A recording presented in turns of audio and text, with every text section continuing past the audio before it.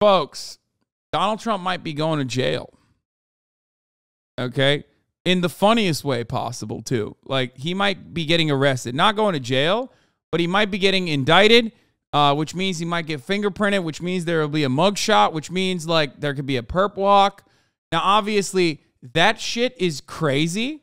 That's going to happen possibly tomorrow, okay?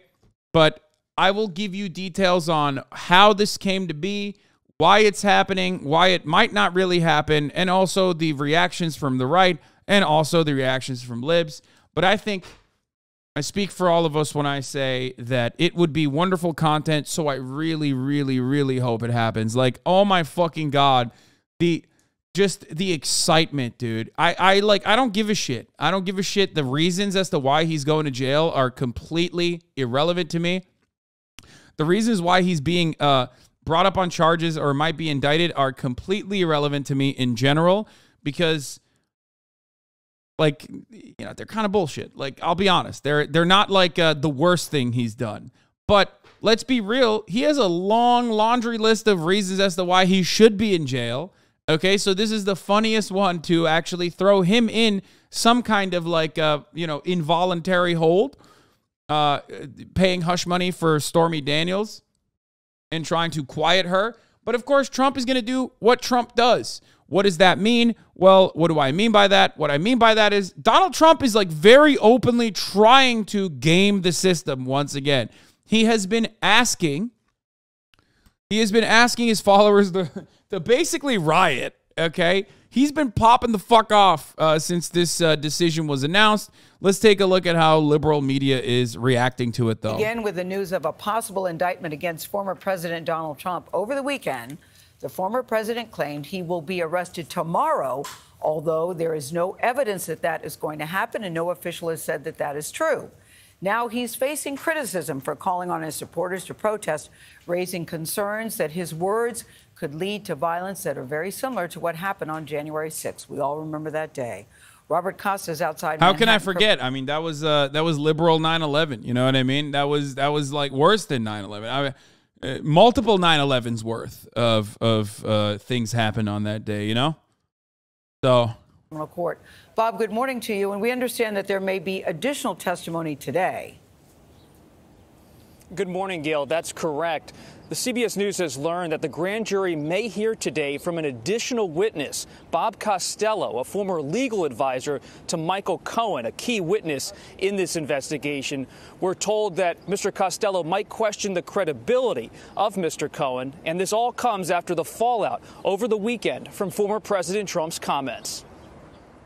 This is selective prosecution. If I were President Trump, I'd take this all the way to the damn Supreme Court. Former President Donald Trump and his allies on the political and legal warpath over the weekend as Trump faces down a possible indictment in Manhattan criminal court.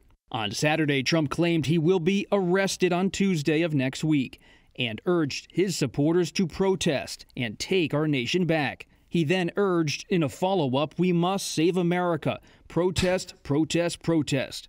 Like, he went all caps on this one, and you kind of know where he's going. If he's going all caps, you know shit's popping off. Also, what a fucking ugly-ass PFP, Jesus Christ. So,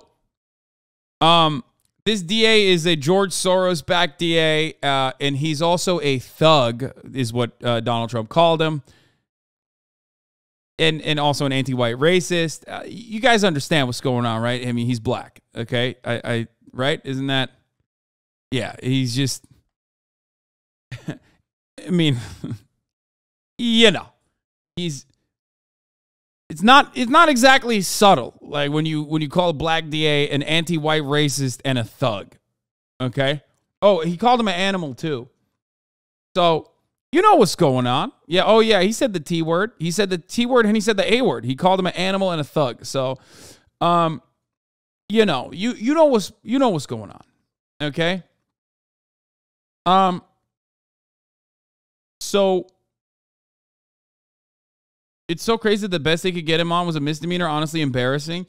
Yeah, well, it's not embarrassing. It's more so expected because this, remember, we talk about this all the time. This system is designed to protect the wealthy, okay? These laws are created in a way to shelter the wealthy from any kind of legal scrutiny whatsoever. So for that reason, especially if you are like, you know, capitulating to the needs of the wealthy, like Donald Trump certainly did with his massive tax cuts and whatnot, they're not gonna turn around and fucking punish him. You know what I mean? You're not punishing the guy who gave the fattest tax cuts since Ronald Reagan to corporations and to the extremely wealthy in this country. It's not happening, right? So the irony of this is that, like, you know, you got a DA that, you know, wants to make a name for themselves or whatever. So they're utilizing the Stormy Daniels case to make some waves. Do I think this is all that serious? Abso-fucking-lutely not. Do I still think that it'll make great content if it did happen? Abso-fucking-lutely yes. I am fully in support, okay, of what is happening here, regardless of the fact that I am also fully aware that this is like literally the tiniest thing that you could nab Donald Trump on, okay? Maybe even better that it's a super tiny thing, because that adds to the juxtaposition. That's really pissing people off, okay? So yeah, let's keep going.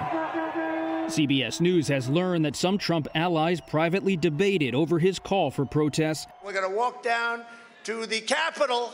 Since it has echoes of Trump's call for protests on January 6, 2021, the day the Capitol was attacked. In response to Trump's post, Manhattan District Attorney Alvin Bragg told colleagues in an email that safety is the top priority, and we do not tolerate attempts to intimidate our office or threaten the rule of law. But they are definitely doing that. Like, Trump is definitely doing that. Ironic because, you know,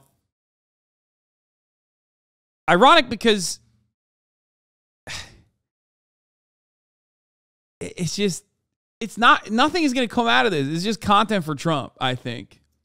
That's my speculation. Because it's, one, a tiny, minuscule charge, not as significant.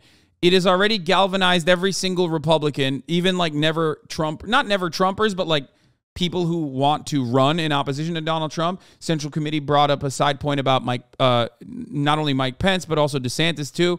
I was going to talk about Mike Pence myself. One side point is the fact that DeSantis is rushing to Trump's defense is proof that he's a loser cuck with 0% of winning the Republican nomination. If the shoe was on the other foot, Trump would be calling DeSantis a criminal and going all in, bashing him. Yes, but also no. Here's what I mean by this, okay? They all recognize that they are Trump is their daddy, okay? They all recognize that, like, the fan base loves Donald Trump.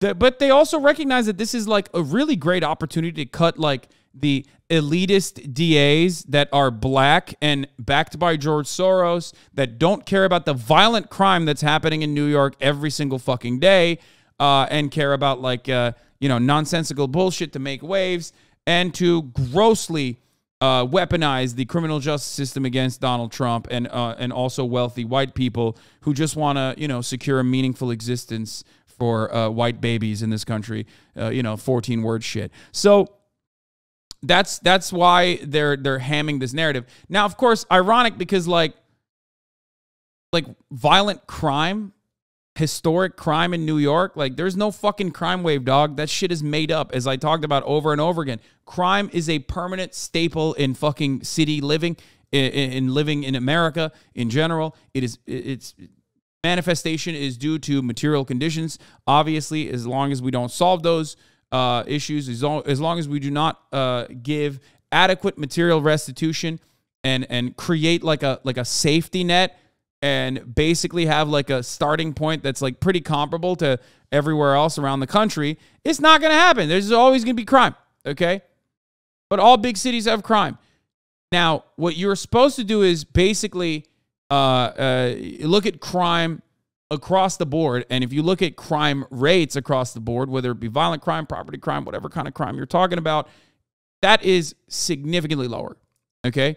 It's just significantly lower than like 2 decades ago, and it's been consistently getting lower and lower and lower. So this notion that like crime is historically high is ridiculous. It's just absolutely fucking ridiculous. It's like literally globally low too. It's not even just New York City. And if you look at the historic New York City crime data, the cops themselves release crime statistics. And if you look at the historic data from, you know, let's look at the major felony offenses, right? 2,630 murder, non-negligible manslaughter. Oh, total 7 major felony, 184 down to 126,000. Okay, like this is from 2000 to 2022. All crime is lower in comparison. If you go back to the fucking 90s, that number is even higher. Okay, so all crime is technically lower than it was 20 years ago, lower than it was 10 years ago, lower than it was, especially lower than it was when it was at its peak. Okay? Why is crime going down if income inequality is increasing? Well, because when income inequality is increasing, if you successfully fucking push every single poor person away in the most violent means away from cities, okay? That's one reason how crime can technically get lower. The other is no more lead in your gasoline, okay? Because you have no way to describe. I mean, this is all speculation, okay? But there's basically no way to attribute almost a global fucking a global decline in crime rates other than, you know, other than something that touches everyone. You know what I mean? Lead poisoning in your paint, lead poisoning in your gas, lead poisoning in general. That's like a big part of it. Anyway. And yet the New York Dems ran on a rampant crime wave narrative. Fucking worthless libs in New York pushing a conservative talking point. Exactly.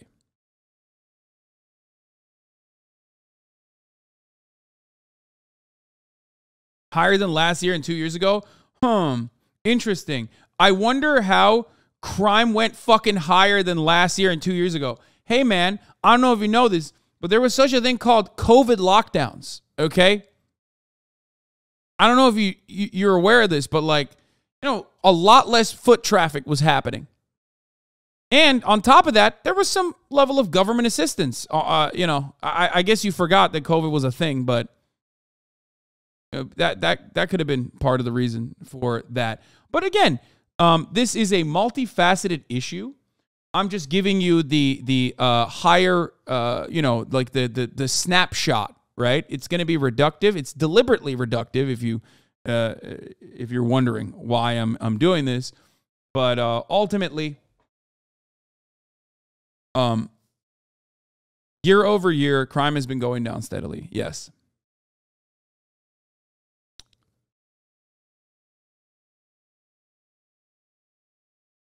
I'll come back later. This fuckery is too much for International World Happiness Day.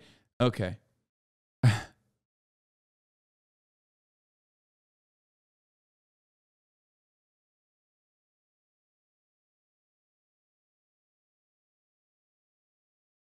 Roe v. Wade is not the reason for New York, guys. Calm down. Like, please.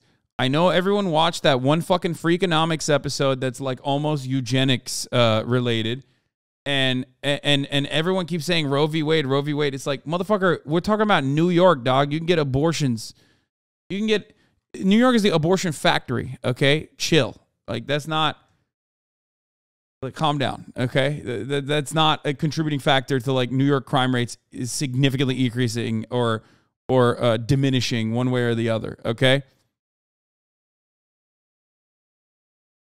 Also, that would probably take a little bit longer to kick in, don't you think?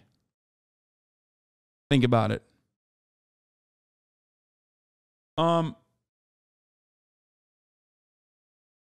Anyway, regardless,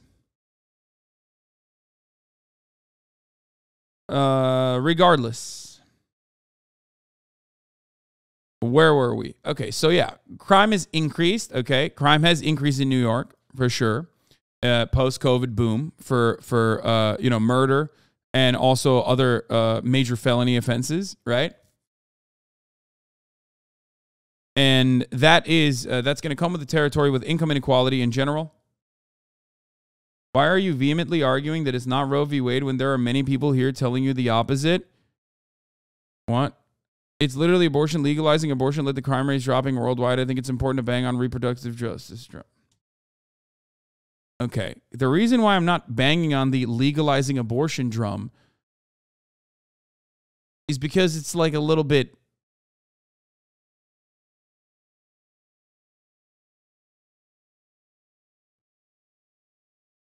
I don't want to get into this. Okay. I'm not going to have this conversation. It's not one instance. It might have played a part in it, but it's like you're making an argument that like criminalizing abortion again is increasing crime when it would take, 18 to 20 fucking years for the crime rate to increase. This is the part of the conversation that I'm talking about where abortion would not have been a consideration anyway, because we're talking about New York, and the evisceration of Roe v. Wade protections is not important for New York, because your clinics are protected in New York. Okay, this is a state by state problem. Unless you literally think like in New York they have genuine abortion restrictions, and also in New York 1-year-olds that were born after COVID are doing property crime, like they're doing grand larceny. Okay, this part of the conversation I'm talking about, it doesn't make sense. Also, it's a bit of a eugenics argument, and I don't like it anyway. Okay, for that reason, it's giving eugenicists sweaty. Increases crime because people will illegally kill the babies. Yeah. It's called the terrible twos for a reason. Yeah, it's the terrible twos because it's called the terrible twos because they're doing like crazy shit. They're doing grand larceny.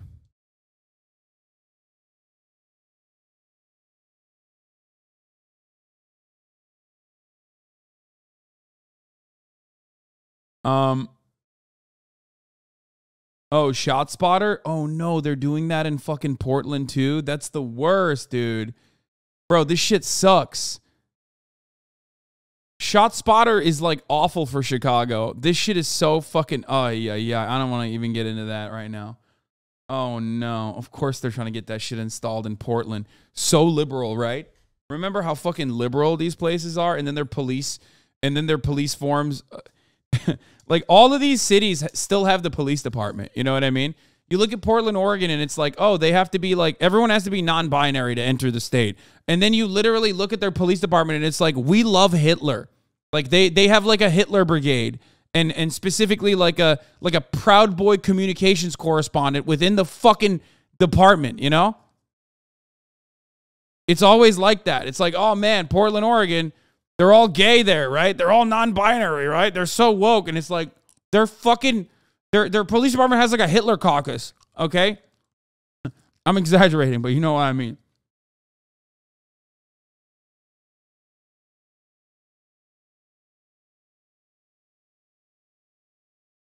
The part where the Portland Police Department actually communicates with the Proud Boys, when the Proud Boys are like, whenever there's like a Proud Boy with an arrest warrant out for themselves, by the way, isn't a lie. That is not an exaggeration.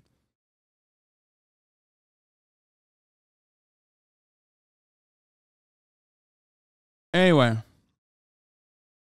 In New York, Trump's potential 2024 rivals are also reacting. Former Vice President Mike Pence spoke out against... He's a bitch. They're all bitches, dude. They can't even use this to their advantage. They're all such bitches. Like, Trump has the entirety of the Republican Party by the fucking balls, okay? I'm telling you. They got nothing. They got no riz. They got no fucking riz. They got nothing going for them, okay?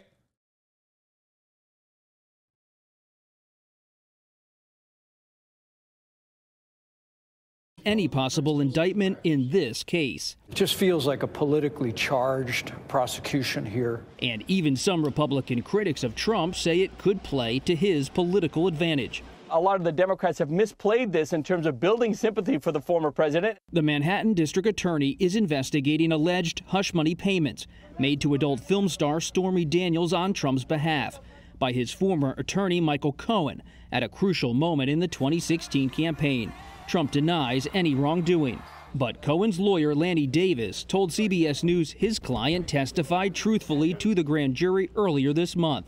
And now it is in their hands. if there was any political motivation to prevent the alleged affair with Stormy Daniels from coming out right before the election, and a jury is to conclude that there is any political motivation, then I think that's the key issue.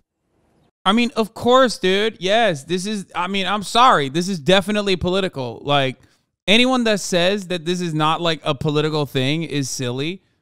But like, I don't even give a shit at this point. It is just funny and it's awesome. And I am totally on board with it. I know a lot of people are going to turn around and say, oh my God, Hasan, how dare you? This is going to like improve Trump's numbers. Yeah, it will. For sure. Because it's going to be nothing. It's going to fizzle out, I think. And I might be totally wrong on this. Okay? Do I give a shit? Do I give a shit about, you know, anything that puts him in jail? Absolutely not. It's awesome. It would be great. It would be fucking great. Okay? It would be great. He deserves to be in jail. Most American politicians deserve to be in jail. Okay? So if you're the president, like, yeah, that definitely means you too. Like, people will be like, what about Obama? Like, fuck yeah, dude. What about Obama? Why is Obama not in jail? You know what I mean? He killed an American citizen with a drone strike. Extrajudiciously. You know? That's jailable, in my opinion. So, you know, before we get to like Libya, you know, before we talk about how Libya is like open air slave markets now in Libya. Shouts out to Obama and Hillary Clinton for that one. That was fire. Anyway, I'm just saying, most American presidents and most American politicians have done like jail-worthy shit. So yeah, I'm not gonna fucking sit here and act like that's bad. I don't give a fuck if it's political. It is. And I don't even think he's going to go to jail eventually. But it'll be funny. It'll be funny to perp walk him. It'll be really funny when the right wing gets agitated. Okay? When they go fucking bananas mode. These guys look for victimhood more than anything else. There's nothing that, especially like relatively well off, middle America, small business owning, Republican white guys, or just Republicans in general. There's nothing more they love than being perceived as a victim. So this gives them an opportunity to say, oh, they're coming after the whites, okay? They're coming after the white savior, which means like, you know, they're going to come after us next. So they can like cut the narrative that like they're just being prosecuted for existing or some shit, right? And it'll be funny. Trump's lawyer, Joe Tacopina, tells CBS News that if charged, the Trump legal team will be very aggressive in combating the indictment and questioning its credibility and scope. They will also question the credibility of Michael Cohen, who was once charged with lying to Congress. Michael Cohen, though, will be here in New York today as a possible rebuttal witness before the grand jury. Gail. Anyway, so let's hear. Trump was chirping, too. He said he was expected to be arrested in a New York grand jury probe. Ricky Kleeman joins us now. By the way, there's no evidence that he will. Like, that's not... Just want to point something out here. When the FBI raided Mar-a-Lago on that fateful evening a couple months ago that we all forgot about, that was a big deal. But you know who made it a big deal? Donald Trump did. Okay? The FBI asked time and time again to be like, hey, can you please cooperate with us? We know you have additional classified documents. I don't even know why you're trying to keep them. Is it possible to take them back? They said over and over again, please, can we get this shit back? Okay, and Donald Trump was like, yeah, you got it. I gave it to you. I gave you everything. But he didn't give him everything. And he kept them for some fucking reason. And we still don't know why he tried to keep them, right? And the FBI was like, okay, well, we got to go in and seize these documents now, right? Remember, that same shit happened to Mike Pence recently. Same shit happened to Joe Brandon recently. And it didn't make the waves. Why? Is it because those guys are loved by the media? Well, maybe. Maybe a little bit. Liberal media does love both of these guys and hails them as heroes. But the main reason is because they fucking cooperated with the DOJ. That's it. They cooperated. They cooperated with the Department of Justice. And they were like, yeah, please take all the documents. Sorry, didn't know that was the case. Donald Trump, on the other hand, turned it into a content opportunity to be like, they're coming after me once again, folks. They're coming after me once again. And that's it. So he's doing the same thing in a way here. At the table, Ricky, I see people on both sides of the aisle rolling their eyes about this. Most people believe he had the... He said, anybody else here like Trump? Brother, you are in the most pro-Trump community you ever could find, okay? We don't like Trump. We love Trump around these parts, okay? All of us. Fair. Most people believe the money has been paid. Michael Cohen has certainly talked about it repeatedly. So how strong is the case, and why is it coming about now? Well, we have to remember, as the district attorney would tell us, the law is the law, and whoever violates it should be prosecuted for no matter how long it takes? No matter how long it takes, as long as it is within the statute of limitations. However, is it unusual in 2023 to look back to a case in 2016 when Michael Cohen, the main person who is the witness in this case, pled guilty in 2018? And keep in mind, the Southern District of New York, the federal government, passed on going forward against Donald Trump when he left the presidency. The Federal Election Commission passed. So now we have a new sovereign in the state who says, it doesn't matter. I have the right to enforce the law in New York County. And here I see not only falsification of business records, which are misdemeanors. For the record, I think like there's an infinitely more valid RICO that Fannie Willis has against Donald Trump in the state of Georgia over the phone call, the perfect phone call that he had. I think that's a significantly more valid reason to fucking arrest him. You know, maybe she should worry more about that instead of fucking arresting everyone that's ever rapped under, YSL's label, right? That's just me. I don't know. But there's two different RICO cases right now. One is, it's pronounced Fawny. Okay, whatever. I don't care. I don't like her. Okay. Yeah, free sex, free thug, all that good shit. Regardless. My point is, she also has a RICO case against Donald Trump, and it's a solid one in my opinion. That is actually an infinitely more significant RICO case against Donald Trump than this one, which is like the hush money one, which is like a misdemeanor kind of. Misdemeanors. Bro, don't start with that shit. YSL was definitely murdering people. Yeah, like as a treat, you know, they listen, as a treat. As a treat.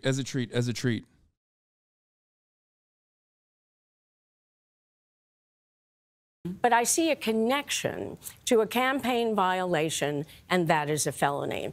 And that's where Alvin Bragg is as the DA, and he's going forward with vigor. Now, some people may say, as your skeptical look and many other skeptical looks around... This is just my resting face. That's right. That why this one? Well, I think the argument is, wouldn't we have rather seen across the country, if you were going to take the unprecedented step to go and indict a former president, wouldn't we have rather seen it been about January 6th? Wouldn't we have rather seen that it was in Georgia about election interference? But we don't have the luxury of the rather. It turned out that Alvin Bragg became aggressive in 2023 about a case that we thought was long forgotten. And it may end up being that those other cases come to some sort of a head. But what could happen in this case in the near term for Mr. Trump? Well, everyone seems to believe, including his lawyers, that he will be indicted. I do not have any thought that he will be, quote unquote, arrested tomorrow. What will happen is someone like Donald... Stop telling us the truth. I want to hear some fucking libbed up bullshit, dude.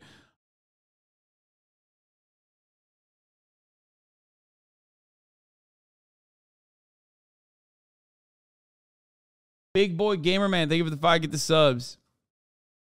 I want to see I want to see the real good shit. I want him to go, yeah, he's definitely going to jail for sure. Like, that sick freak. He's going to be locked up in a maximum security prison. You know what I mean?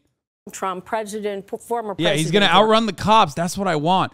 Which, by the way, that is one angle that Trump is going for as well, which they have not mentioned yet. But like one of the things that he tweeted was about how it would be impossible for the police to like arrest him. Basically, he was talking about how, oh my God, wait, let me see if I can find the tweets. Do you guys have any of the tweets ready to go, fired up? Because there was one where he like basically tweeted about. Trump basically tweeted about how like I am the #1 cop lover. I am the #1 cop lover in America. Okay. And the fact that like the New York Police Department, you know, went out of their way to promote me and to issue me. If you send me the Tim Dillon tweet one more fucking time while I'm literally covering something else, I'm going to put you into orbit. Okay. I'm gonna put you through a fucking wall. Stop!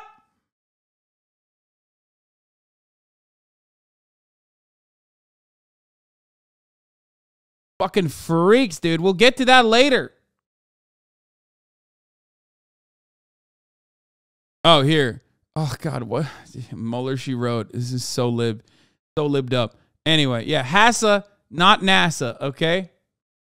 She crossed it out, the Mueller, she wrote, people. Okay, so Trump says, can you imagine the great New York City Police Department, correctly referred to as New York City's finest, who, for the first and only time in history, endorsed the president, me, honored me as Man of the Year, having to defend and protect the defunders, cop haters of the radical left that want to put their greatest champion and friend in prison for a crime that doesn't exist. All the while, the Soros-backed DA allows murderers and other violent criminals to freely roam the sidewalks of New York. Okay?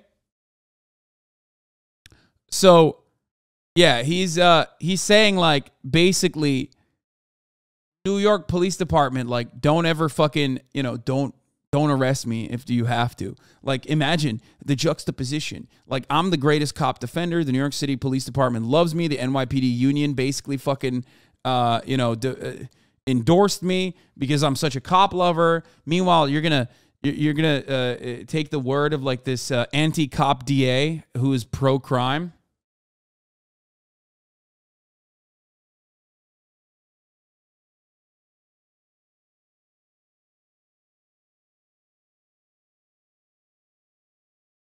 It's not going to happen.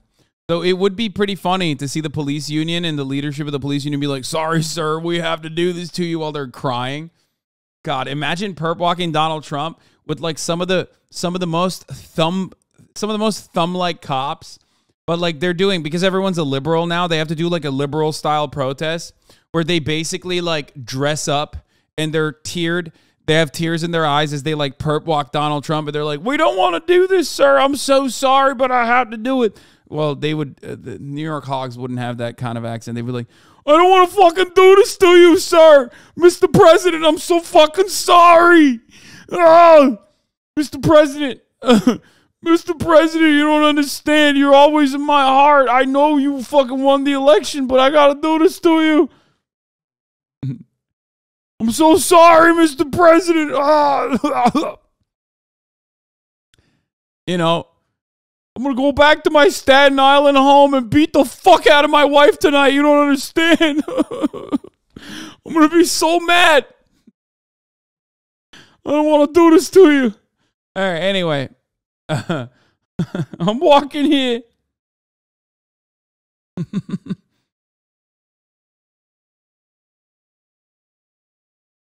When the Punisher becomes the punished, yeah. Ay, ay, ay. Good stuff all around. You understand why this is such a fun, exciting opportunity, right? A white-collar crime, he will get to self-surrender. And he will get to do that because of the safety concerns here, which are monumental because of his safety, the DA's safety, everyone's safety. But he is protected by Secret Service. And Secret Service is not going to parade him in handcuffs on a public way. He may go to an undisclosed location. He may go to the courthouse. I expect it to happen soon, but not tomorrow.